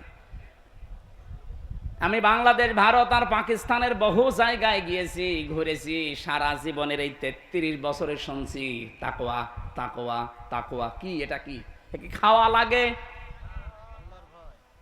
আল্লাহর ভয়টা কি আমরা জানি। আল্লাহর ভয় মানে জড়সড় হয়ে সুবহানাল্লাহ সুবহানাল্লাহ পড়লাম, আল্লাহর ভয় না। তাকওয়া শব্দের ব্যাখ্যা জানা দরকার আধুনিক ভাবে। সে জন্মের পর থেকে তাকওয়া শব্দের ব্যাখ্যা বিভিন্ন কায়দায় আমি শুনেছি, আমার মন মতো ব্যাখ্যা এখনো পর্যন্ত আমি পাইনি। কয়েকদিন আগে একটা ডিকশনারি থেকে দেখলাম যে হ্যাঁ, এটা একটু মিলতেছে। আপনারা শুনবেন না? নবীজির কাছে এক সাহাবী এসে বললেন, হে নবী, আমি সফরে যাচ্ছি, আপনি দয়া করে আমাকে কিছু পাতেহের কথা বলেন, যে কি কি জিনিস আমি নেব। নবীজি তাকে প্রথমেই বললেন, তুমি পাথেয় হিসাবে নিয়ে যাও তাকওয়া। কি? আল্লাহর ভয়। আমি সফরে যাচ্ছি, আল্লাহর ভয় তো আমার আছে, আবার আমি কি নেব? নবীজি যেটা বোঝাতে চেয়েছিলেন 1500 বছর আগে, হয়তো আমরা এখন অনেকে ক্লিয়ার না, এখন আস্তে আস্তে জট খুলতেছে। বিশ্বনবী জানাতে চেয়েছিলেন, সাহাবী তুমি যখন সফরে যাবে, সফর তো একটা কঠিন কাজ, ওখানে যাওয়ার জন্য যে শিক্ষা দরকার ওই শিক্ষাটা আগে নাও, ওখানে যাওয়ার জন্য যে প্রশিক্ষণ দরকার ওই প্রশিক্ষণটাও নাও, তারপরে সফরে যাও। এইটার নাম তাকওয়া। আজ আমরা আল্লাহর ভয় অর্জন করতে চাই, কি এটা? এই দুনিয়া চালাতে হলে আল্লাহর ভয় লাগবে, সংসার চালাতে হলে আল্লাহর ভয় লাগবে, পরিবার চালাতে হলে আল্লাহর ভয় লাগবে, সমাজ রাষ্ট্র চালাতে হলে আল্লাহর ভয় লাগবে, আন্তর্জাতিক বিশ্বের জন্য আল্লাহর ভয় আরো বেশি লাগবে। তাহলে আল্লাহর ভয়টার প্রধান অর্থ হচ্ছে যেখানে যাবেন, যেই জায়গায় বসবেন, ওই জায়গাটার শিক্ষা এবং প্রশিক্ষণ ভালোভাবে আয়ত্ত করে কাজটা আরম্ভ করবেন। কথা বলে না কেন? আজ দেখেন যিনি পালিয়ে গেছে উনি কিন্তু এই তাকওয়ার বিভিন্ন ফর্মুলা দিচ্ছে। ওনার তাকওয়ার ফর্মুলা কি? ওখান থেকে বিভিন্ন কায়দায় মানুষের ভেতরে ভয় ঢোকানোর জন্যে, এই পৃথিবীকে বিশেষ করে বাংলাদেশকে অস্থিতিশীল করার জন্যে, দেশটাকে চোরমার করে দেওয়ার জন্যে বিভিন্ন পলিসি তিনি ওখান থেকে পাঠাচ্ছে। ওখান থেকে বলে যে অমুকের অমুকের লিস্ট করে রাখো, অমুকের অমুকের বাড়ি ঘরে হামলা চালাও, আগুন লাগাও, ট্রাম্পের ছবি নিয়ে আগুন লাগিয়ে দাও, তাহলে ট্রাম্পকে দেখাতে পারবো যে এই দেশে আপনার বিরোধী লোক আছে, তখন অন্তত কিছু করা যাবে। শয়তানি বুদ্ধি দেখেছেন? যদিও এগুলো শিক্ষা না, প্রশিক্ষণ না, ওরা নিজেরা এগুলো বানিয়েছে। আমরা যেহেতু আল্লাহর পথে আল্লাহর বান্দা, আমাদের তাকওয়া হবে। সামনের বাংলাদেশকে গড়তে হলে আন্তর্জাতিকভাবেও তাকওয়া অবলম্বনকারী মানুষ দরকার। আন্তর্জাতিক জীবনের একটা আয়াত আল্লাহ কোরআনে নাজিল করেছেন, সূরা মায়েদা, এটা 6 নাম্বার পারার 16 নাম্বার পৃষ্ঠার 1 নাম্বার লাইনের 51 নাম্বার আয়াতে আছে। আন্তর্জাতিক জীবনে আপনি কিভাবে পলিসি মেকিং করবেন, এই জায়গায় আল্লাহ এই কথাগুলো আমাদেরকে শিখিয়েছেন। ইয়া আইয়ুহাল্লাযীনা আমানু লা তাত্তাখিযুল ইয়াহুদা ওয়ান নাসারা আউলিয়া। জোরে বলেন আল্লাহু আকবার। আমি দলিলগুলো লম্বা করতে পারছি না, আমার মাগরিবের পরে আলোচনা আছে খুলনা, এই জন্যে ওখানে যাওয়া লাগবে। মিয়া গোলাম পরওয়ার সাহেব ওখানে উপস্থিত আছেন, ওই জায়গায় যে আলোচনায় বসা লাগবে। মাগরিবের পড়ার সময় বেশি নেই। এই আয়াতের ভেতরে যে শিক্ষাগুলো একটা একটা করে বলতে গেলে অনেক সময় দরকার। আমার একটা মাহফিল আছে পাশের থানাতে। এর পাশে কোন থানা? কালীগঞ্জ না, এইদিকে কোটচাঁদপুর না, যে মহেশপুর। মহেশপুরে আমার মাহফিল আছে আসর থেকে মাগরিব পর্যন্ত।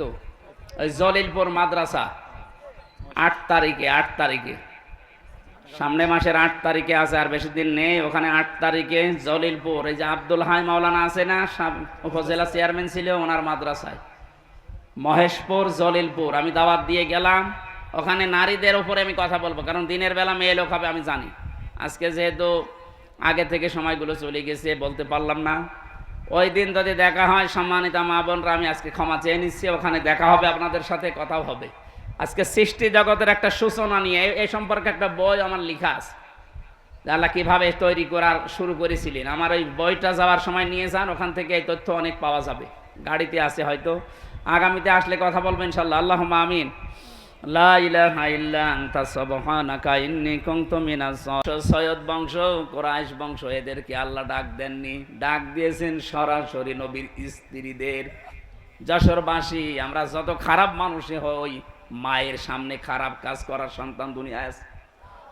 হ্যাঁ, অন্যায় উল্টা পাল্টা কাজ আমরা করি, কিন্তু মা বাবার সামনে কোন সন্তান, অন্তত নিকৃষ্ট যে কাজ আল্লাহর ভাষায় জেনা, এটা মা বাবার সামনে কোন সন্তান করবে? বলেন বলেন। আল্লাহ এদের নাম এই জন্য দিয়েছেন যে নবীর স্ত্রীর তো উম্মতের জন্য। এমনি মাকে আল্লাহ বলছেন, হে নবীর স্ত্রীরা, যখন কারো সাথে কথা বলবা পর্দার আড়াল থেকে বলবা। 1500 বছর আগে হয়তো মোবাইল ছিল না, কিন্তু পর্দার হিসাব ছিল না। কথা বলে না কেন? পর্দার আড়াল থেকে বলবা, হিসাবের বাইরে থেকে, অথবা একটা চাদরের বাইরে থেকে কথা বলবা। ঠিক কথা, মিথ্যা কথা বলা যাবে না, কিন্তু কথা বলার সময় ভাষা হবে রুক্ষ সূক্ষ্ম, কণ্ঠ স্বর এমন কড়া কড়া করে কথা বলবা, যার ভেতরে, মনের ভেতরে দুর্বিসন্ধি আছে, নেফাক আছে, গোড় আছে, ও মনের ভেতর থেকে ও রোগ দূর হয়ে যাবে তোমার কথা শোনার পরে। ওরে বাবা, এ তো মহিলা না, এ তো আজরাইল। আর যদি আপনি শাবনূরের কণ্ঠে কথা বলেন, ও বলবে কাজ হচ্ছে, কিছুদিন পরে দেখবেন 2-3 ছেলে ফেলে থইও আল্লাহ রাস্তায় পালিয়েছে। এটা শুরু করেছিলেন আপনার ওই মোবাইলের মোলায়েম কণ্ঠ দিয়ে। এই জন্য মোবাইলে কথা বলবে মেয়েরা রুক্ষ সূক্ষ্ম গরম দিয়ে, কথা বুঝতেছেন? এই জন্য পর্দার বিধানটা খেয়াল রাখেন। এগুলো যারা করছেন বিভিন্ন সংগঠনের নাম নিয়ে, বিভিন্ন পীরের মুরিদের নাম নিয়ে, এই মহিলারা বিভ্রান্ত।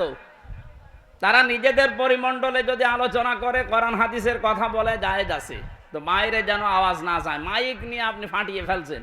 আপনার কণ্ঠ কি পুরুষের কণ্ঠ নাকি? কণ্ঠের ভেতর একটা পর্দা আছে। এই জন্য ভালো কাজে আদেশ দেওয়ার জন্য 2 জনে লাগবে, এবং অন্যায় কাজ বন্ধ করার জন্যও 2 জনে লাগবে। নামাজ কায়েম করো, যাকাত দাও, উলাইকা সায়ারহামুহুমুল্লাহ।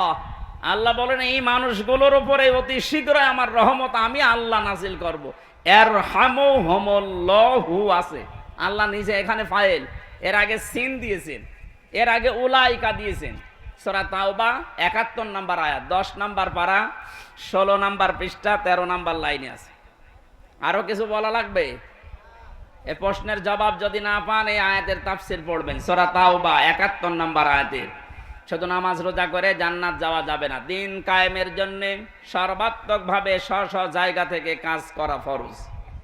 এটা নামাজ রোজা হজ যাকাতের মতোই আরেকটা ফরজ। এক কথা বলেন না কেন? 2 নম্বরের প্রশ্ন দিয়েছেন, আগের যুগের মহিলারা এসব কাজ করেনি, তাহলে তারা জান্নাত যাবে না। কে বলেছে আপনাকে? হযরতে সুমাইয়া, যিনি প্রথম শহীদ, ওনার জীবনী পড়ে দেখবেন। মুসলমান হওয়ার পর থেকে উনি যতদিন বেঁচে ছিলেন, ওনার লজ্জাস্থানে বর্ষা নিক্ষেপ করে বিদায় করা হয়েছে। এইরকম মহিলা যেই কয়দিনই তিনি হায়াত পেয়েছিলেন, মক্কার ঘরে ঘরে গিয়ে মহিলাদের কাছে লা ইলাহা ইল্লাল্লাহু মুহাম্মাদুর রাসূলুল্লাহ এ দাওয়াত পৌঁছিয়ে দিয়েছেন। আর আপনি বলছেন ও আগেকার মহিলারা করেনি। কে লিখেছে আমি জানি না, আপনি হয়তো না জেনে লিখেছেন। প্রত্যেকটি মানুষের এই দায়িত্ব ছিল। বাল্লিগু আন্নি ওয়ালাউ আয়া। নবীজি বলেন একটা কথাও যদি তোর জানা থাকে ওটা মানুষের কাছে পৌঁছিয়ে দে। এটা কি শুধু পুরুষ উম্মতকে বললেন না মহিলা উম্মত? বলেন বলেন। এখানে তো শুধু পুরুষের নাম নেই, বাল্লিগু বহু বচন। বাল্লিগু সবাই মিলে পৌঁছিয়ে দাও। এই সবার ভেতরে আপনি নেই। কথা বোঝার চেষ্টা করেন, এটা ক্লাস চলছে। বাল্লিগ না বাল্লিগু? বাল্লিগ দেয়নি, বাল্লিগু সবাই মিলে প্রচার করো। আন্নি আমার পক্ষ থেকে, ওয়ালাউ আয়া যদি একটা আয়াত একটা কথাও তোমার জানা থাকে ওইটাই প্রচার করে তারপরে মরো। সুতরাং এটা না জেনে লিখেছেন, আগেকার মহিলারা করেনি তা না। প্রত্যেকটি মানুষ যারা আল্লাহ রাসূলে বিশ্বাসী, পরিপূর্ণ যারা প্র্যাকটিসিং মুসলিম, এদের জীবনে এটা ছিল। আমি একজন সংগঠনের কর্মী, একদিকে আমার স্বামীর বাধা, অন্যদিকে সংগঠনের চাপ। এখন আমি কি করব? না, আল্লাহ রাসূলের নাফরমানি হয়, আল্লাহ রাসূলের কাজের বিরোধিতা হয়, এমন কোন কাজ স্বামী কেন স্বামীর বাপ বললেও শোনা যাবে না। এটার দলিল হচ্ছে ইবনে মাজাহ শরীফের হাদিস, লা তাআতা লি মাখলুকিন ইল্লা বিমাউসিয়াতিল খালিক। আল্লাহর নবী জানিয়েছেন আল্লাহ রাসূলের অবাধ্য হয়ে যায়, আল্লাহ রাসূলের বিধান মানা যায় না। সেখানে যদি বাবা না, স্বামী না, দুনিয়ার সব মানুষ এক জায়গায় হয়, ওদের আনুগত্য করা জায়েজ নেই। সুতরাং আপনাকে কৌশল অবলম্বন করে এই কাজগুলো এখন টিকে থাকেন। স্বামীকে, আমরা শ্বশুরকে, আরো যারা আছে আন্ডারে, এদেরকে বোঝান। বুঝলে ভালো, না হলে আল্লাহর রাস্তায় ছেড়ে দেবেন যে আমি আর পারলাম না, তোমার হাওলায় দিলাম, আমাকে তোমার দিনের কাজ করার মতো একটা পরিবেশ তৈরি করে দাও। আপনি দরুদ শরীফের আমলটা বেশি বেশি করেন, লা হাওলা ওয়ালা কুওয়াতা ইল্লা বিল্লাহিল আলিয়্যিল আযীম, এটা বেশি বেশি পড়েন। হাসবি আল্লাহ, ফাকুল হাসবি আল্লাহ লা ইলাহা ইল্লাহু আলাইহি তাওয়াক্কালতু ওয়া হুয়া রাব্বুল আরশিল আযীম। সূরা তাওবার এই শেষের আয়াতটা একটু বেশি বেশি যখন পড়ে, যখন মনে তখনই পড়বেন, দেখবেন কঠিন কঠিন কাজ আল্লাহ সহজ করে দেবেন। কয়টা আমলের কথা বললাম? 3টা। 1 নম্বরে দরুদ শরীফ, আল্লাহুম্মা সাল্লি আলা মুহাম্মাদ, এতটুকু পড়লেও হবে। মাঝে মাঝে সাল্লাল্লাহু আলাইহি ওয়াসাল্লাম বলে নেবেন। এই আমলটা আমি সহ প্রত্যেকের দরকার না? এক কথা বলেন না কেন?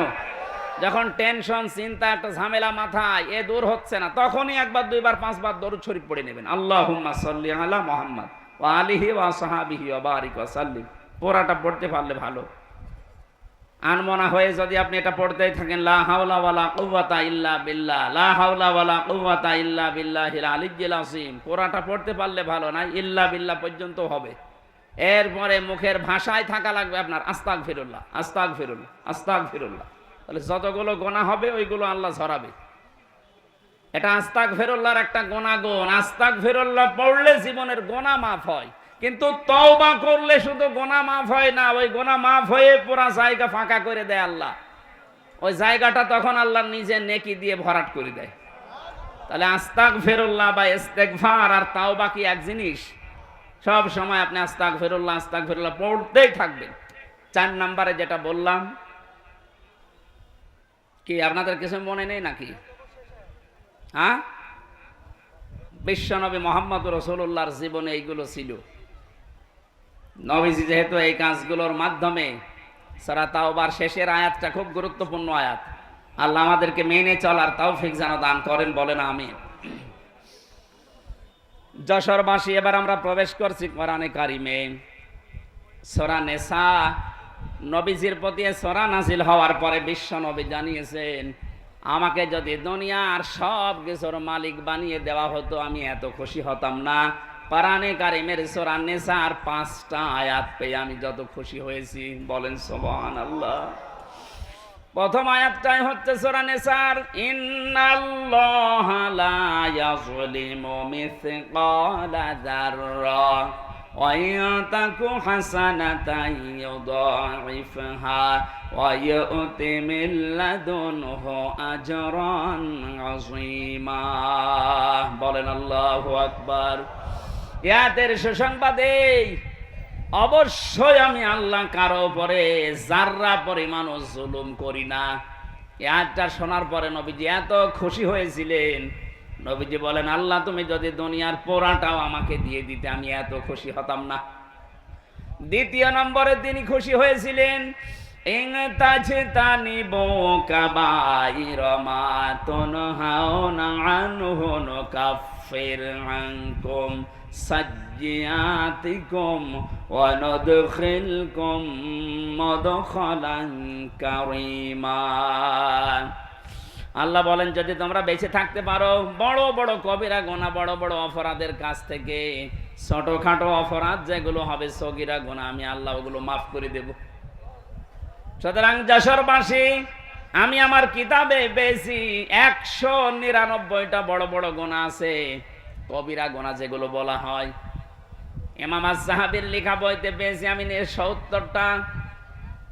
এই গুনাহগুলো থেকে কোনো মানুষ যদি নিজেকে মুক্ত রাখতে পারে, ছোটখাটো অপরাধ যেগুলো আমাদের জীবনে ঘটে যাবে আল্লাহ নিজের ইচ্ছায় মাফ করে দেবেন, বলেন সুবহানাল্লাহ। আজকে থেকে চেষ্টা চালাবেন। আমরা কয়েকটা সামনে যদি আসে বলবো। 3 নম্বরে নবীজি বলেন, আমি খুশি হয়েছিলাম ওই আয়াতটা পেয়ে, শিরিক সম্পর্কিত। ইন্নাল্লাহা লা ইয়াগফিরু আন ইউশরাকা বিহি ওয়া ইয়াগফিরু মা দুনা যালিকা লিমান ইয়াশা। অবশ্যই আমি আল্লাহ সব গুনাহ মাফ করে দেব বান্দার, কিন্তু শুধু শিরকের গুনাহটা আমি আল্লাহ মাফ করব না। এই ঘোষণা কার? এইটা খেয়াল করবেন। আল্লাহ রাব্বুল আলামিন শিরকের কথা বললেন। কাবা শরীফে যারা প্রবেশ করে কাবার এরিয়ার ভেতরে, আল্লাহ তাআলা তাদেরকে জানিয়েছেন, আমান দাখালাহু কানা আমিনা। কাবার এই চত্বরের এলাকায় যারা প্রবেশ করবে তাদেরকে আল্লাহ নিরাপত্তা দান করবেন। এ ঘোষণা কার? আরো জোরে। যেহেতু আমরা বাংলাদেশের মানুষ 6000 কিলোমিটার দূরে আছি, সব সময় কাবার চত্বরে যাওয়া সম্ভব না। আমাদের 56,000 বর্গ মাইল যদি কাবার চত্বরের মতো নিরাপত্তা দিয়ে ঢেকে রাখতে চাই, কোনো আমল নেই দুনিয়ায়, কোনো কাজ নেই। এটা সূরা আনামের 82 নম্বর আয়াতে পাবেন। 7 নম্বর পারা 17 নম্বর পৃষ্ঠার 1 নম্বর লাইনে আছে, আল্লাযীনা আমানু ওয়া লাম ইয়ালবিসু ঈমানাহুম বিযুলমিন উলাইকা লাহুমুল আমনু ওয়া হুম মুহতাদুন। একটু খেয়াল করবেন এদিকে। কোন দিকে তাকাচ্ছেন? ইয়ার কি করার জন্য এসেছেন? আল্লাহ পাক বলেন যারা ঈমান আনে এবং ঈমানের সাথে ইলতিবাস করে না, অলাম ইয়ালবিসু, মিশ্রণ ঘটায় না, যোগ করে না, এর সাথে মিলে মিশে থাকে না, ইসে বিজুলমিন, জুলুমকে। এখানে জুলুম মানে শিরিক। জুলুম মানে কি? যারা তাদের ঈমানের সাথে শিরিককে মিশ্রণ করে না, উলাইকা লাহুমুল আমনু, আল্লাহ বলেন এই মানুষগুলো আমি আল্লাহর কাছে নিরাপদ। ওরা যদি নিরাপত্তা পেতে চায়, আমি আল্লাহ বলছি তারা যেন ঈমানকে শিরিক থেকে বাঁচিয়ে রাখে। আমি মক্কা মদিনায় বহু ঘোরাঘুরি করেছি জীবনে, ওখানে আর যাই হোক ওখানে শিরিক নেই। কথা বুঝতেছেন? অমাং দাখলাহু কানা আমিনা, সূরা ইমরানে আছে। আল্লাহ পাক বলেন কেউ যদি কাবার চত্বরে প্রবেশ করে তাকে যেমন নিরাপত্তা দিয়ে দেই। এ যে তো কাবার চত্বর এইটা না, এ চৌগাছা কি কাবার চত্বর? কথা বলে না কেন? এই জায়গাটা তো কাবার চত্বরের মতো নিরাপদ বানানো লাগবে। বাংলার এই ৫৬,০০০ বর্গ মাইল যদি আমরা নিরাপত্তায় ঢেকে রাখতে চাই, কত রকমের হুমকি আমাদের উপরে, বাইরের দেশের হুমকি, প্রতিবেশীদের হুমকি। এক কথা বলছে না কেন? এই যে বঙ্গোপসাগরের হুমকি, কত হুমকি আমাদের সামনে, কত বিপদ। আল্লাহ পাক যদি ১ সেকেন্ডের ভেতরে দেশটা ডুবিয়ে দেওয়ার ইচ্ছা করে, শুধু কোন বলবেন, ফায়া কোন, সঙ্গে সঙ্গে হয়ে যাবে। কারণ সেই সিস্টেম আমাদের চারিদিকে আছে। আল্লাহ বলেন এত বড় বড় বিপদ থেকে নিজেদেরকে যদি নিরাপদ রাখতে চাও, তাহলে শিরিক তোমাদের ঈমানের সাথে মেশাবা না। বাংলার মানুষেরা এদেশে একটা গোপন শিরিক প্রকাশ্যভাবে রূপ নিয়েছে। এই শিরিকটা যদি আমরা তুলে দিতে না পারি, আমরা কিন্তু নিরাপত্তা পাবো না। কারণ নিরাপত্তা দেওয়ার মালিক আমেরিকা না, নিরাপত্তা দেওয়ার মালিক কে? আমি কি ওই গোপনটা বলবো? রাগ করবেন না তো? এদেশে বহু মানুষ এই কথা বলে, ক্ষমতার উৎস জনগণ, এটা শিরিক। এটা সূরা বাকারার ভেতরে আছে, আন্নাল কুওয়াতা লিল্লাহি জামিআ, সব ক্ষমতার মালিক কে? আরো জোরে, জোর হলো না, আর একবার বলেন, জবান খুলে সবাই বলেন ক্ষমতার মালিক কে? এইটাই হারিয়ে ফেলেছিল ১৫.৫ বছরে। ওরা মনে করতো আমরাই ক্ষমতার মালিক। এখনো পর্যন্ত অনেকের ভেতরে বিশ্বাস আছে, অথচ লোকটা নামাজ পড়ে, রোজা রাখে, হজও করে এসেছে, দান সাদগা করে, কিন্তু বিশ্বাস করে আমাকে জনগণ ক্ষমতায় বসাবে। কি কথা বলেন না কেন? এটা যে শিরিক, আপনি কি বিশ্বাস করেন? সূরা বাকারা, কি করেন কি? একটা কথা বোঝার মতো কিছু না, গল্প করছেন মানে।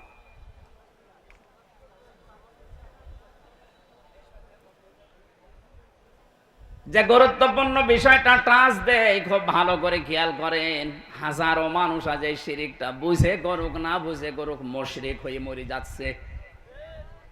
বলে তো বিশ্বাসী মানুষ দেশে নেই? এক কথা বলেন না কেন? তা আপনার নামাজ দিয়ে কি করবেন? আপনি তো মুশরিক। এই মাহফিলটা দিয়েছেন ১ বছর পরে, এটা তো কিছু দরকার। কিছুই যদি নিতে না পারেন, ৭ টাকা খরচ করা কি দরকার ছিল আপনার? আজকে নিয়ে যাওয়া লাগবে। যাদের ওই বিশ্বাস আছে, আপনি যেন এই মুহূর্তে বিশ্বাসটা পাল্টাতে পারেন। এটা আপনার কাজে লাগবে সব সময়, মরণের সময়। এখন একটা তথ্য বলছি কোরআনে কারিম থেকে, সূরা নাহাল ৩২ নম্বর আয়াত। আমি আলেমদেরকে বা জিজ্ঞাসা করবো, গল্প করাচ্ছে আপনাদের। যদি বলতে না পারেন না, আপনার দেখেন কি করি। আল্লাযীনা তাতাওয়াফাহুমুল মালাইকাতু তাজ্জিবিনা ইয়াকুলুনা সালামুন আলাইকুম উদখুলুল জান্নাতা বিমা কুনতুম তা'মালুন। আল্লাহ পাক বলেন যে মানুষগুলো মৃত্যু মুখে পতিত, ফেরেশতারা যখন তাদের কাছে আসবে, এদের ভেতরে যে মানুষগুলো তজ্জিব, পবিত্র, তজ্জিবিনা বহু বচন দিয়েছেন। এই আয়াতের তাফসীর কারা কারা পড়েছে আমি জানি না, আমার দৃষ্টিতে 2টা সূক্ষ্ম জিনিস ধরা পড়েছে। এই যে তজ্জিবিনা, আল্লাহ জানিয়ে দিয়েছেন যাদের জীবন তারা পবিত্র করবে। তজ্জিবিন মানে শুধু পোশাক পবিত্র না, শুধু শরীর পবিত্র না, আপনার চিন্তা চেতনার পবিত্রতা লাগবে। আজ হাজারো মানুষ এই উল্টা পাল্টা চিন্তা করার কারণে তাহিরি সাহেবের মতো মুশরিক হয়ে মরে যাচ্ছে।